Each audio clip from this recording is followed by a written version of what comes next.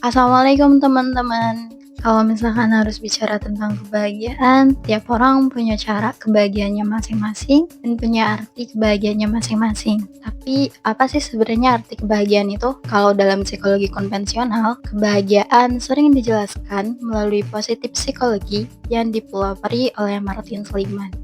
Menurutnya, kebahagiaan itu muncul ketika seseorang menjalani hidup yang bermakna, punya rasa syukur, dan merasa terhubung dengan orang lain. Namun, dalam pandangan Islam, kebahagiaan bukan hanya perasaan senang, tapi juga ketenangan batin yang muncul saat hati kita dekat dengan Allah. Seperti dalam Quran Surat Ar-Ra'd ayat 28, A'udzu billahi minasyaitonir rajim. Alladzina amanu wa ta'mainu qulubuhum bidzikrillah. Ala bidzikrillahi tatma'innul qulub, yang artinya orang-orang yang beriman dan hati mereka menjadi tentram dengan mengingat Allah.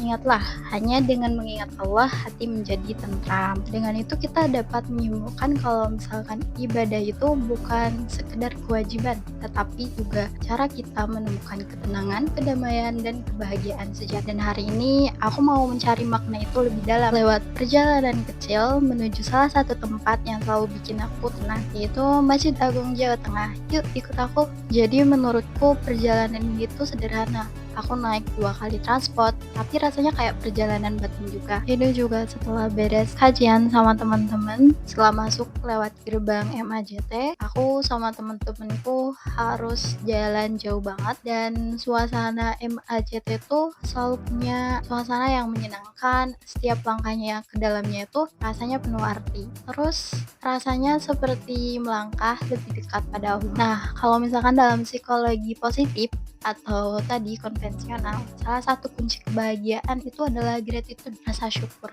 Dan dalam Islam, rasa syukur itu justru tumbuh lewat ibadah dan zikir. Saat kita sujud, saat kita mengingat Allah, hati kita disembuhkan perlahan. Semua keresahan perlahan berubah jadi ketenangan. Dan rasa gratitude atau rasa syukur ini gak hanya sekedar tentang sujud juga, tapi juga tentang rasa syukur kita diberi teman yang baik, rasa syukur kita diberi lingkungan yang baik. Hal itu patut disyukuri. Gitu aja perjalanan kita. Assalamualaikum warahmatullahi wabarakatuh. Teman-teman, kebahagiaan sejati ternyata bukan tentang punya segalanya, tapi tentang hati yang merasa cukup karena dekat dengan Allah. Psikologi mengajarkan kita untuk mengenal diri dan bersyukur, sedangkan Islam mengajarkan kita untuk menenangkan diri lewat ibadah. Dan di antara keduanya, aku menemukan satu makna yang sama, bahwa bahagia sejati lahir dari hati yang bersyukur dan selalu mengingat Sang Pencipta.